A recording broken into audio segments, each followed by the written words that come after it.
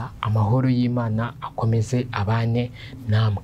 Ndabasuhuje ikaze mu kiganiro tuganira amakuru y'imyidagaduro hano iwacu mu Rwanda ndetse n'ibwota Masimbe. Ku mbuga nkoranyambaga bari gutukana, gutikurana, gusebanya, gushyiranza ubwambure ndetse n'ibindi byinshi bigiye bitandukanye.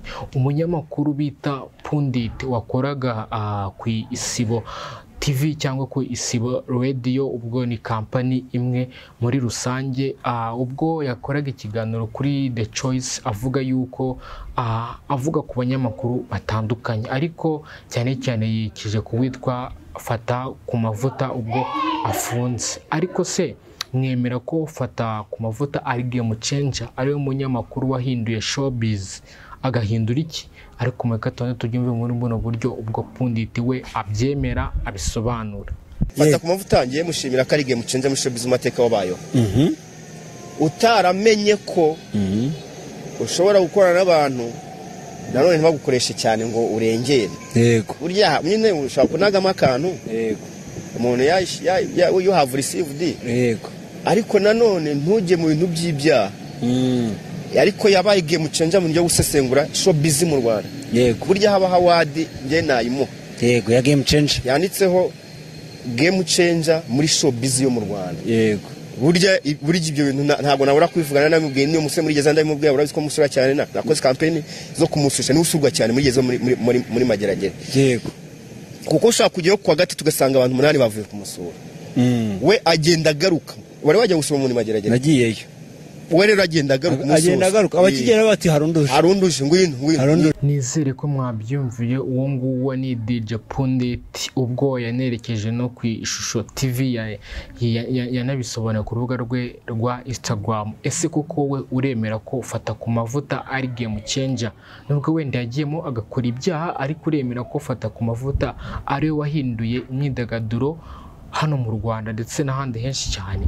Ngiye ku giti cyanjye niko mbyemera. Tugiye kuganira muri comment tubiganireho.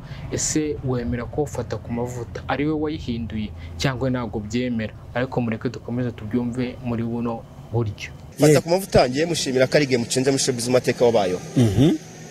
Utaramenye ko ushobora gukorana n'abantu nanone ntibagukoreshe cyane ngo urengere. Yego. Burya nyine ushaka kunagamo akantu. Yego.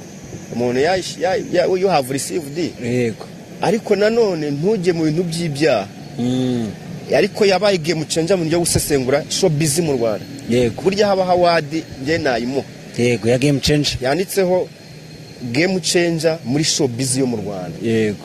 Burya ibyo bintu ntabwo nabura kwivugana namubwiye niyo muse muri geza ndamubwiye urabizi ko musura cyane nakoze campaign zo kumususha ni usurwa cyane muri geza muri mageragere. Yego.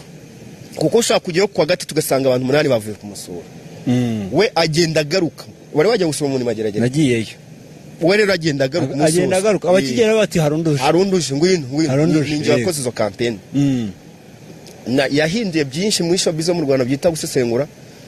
Yibagirwa ariko ko amategeko ahari. Yego, kandi ahana. Ibyo bintu ndabimushimira. Hanyuma wa kabiri Fata ku Mavuta ngiye mushimira ko ari game changer mu showbiz umateka wabayo. Utaramenye ko ushobora gukorana n'abantu nanone ntibagukoreshe cyane ngo urengere. Yego. Burya nyine ushaka kunagamo akantu. Yego. Umuntu you have received. Yego. Ariko nanone ntujye mu bintu by'ibyaha.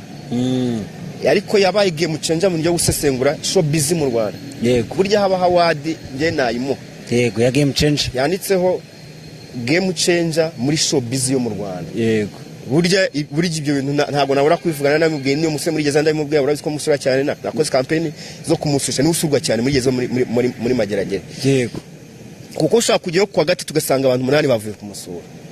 We agenda garuka. Wari wajya gusoma muri mageragere. Nagiyeyo. We rero agenda garuka. Agenda garuka abakigera bati harunduje ngwino ninjye wakoze zo campaign.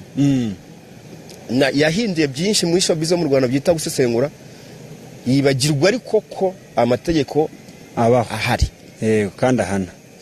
Ibyo bintu ndabimushimira. Hanyuma wa kabiri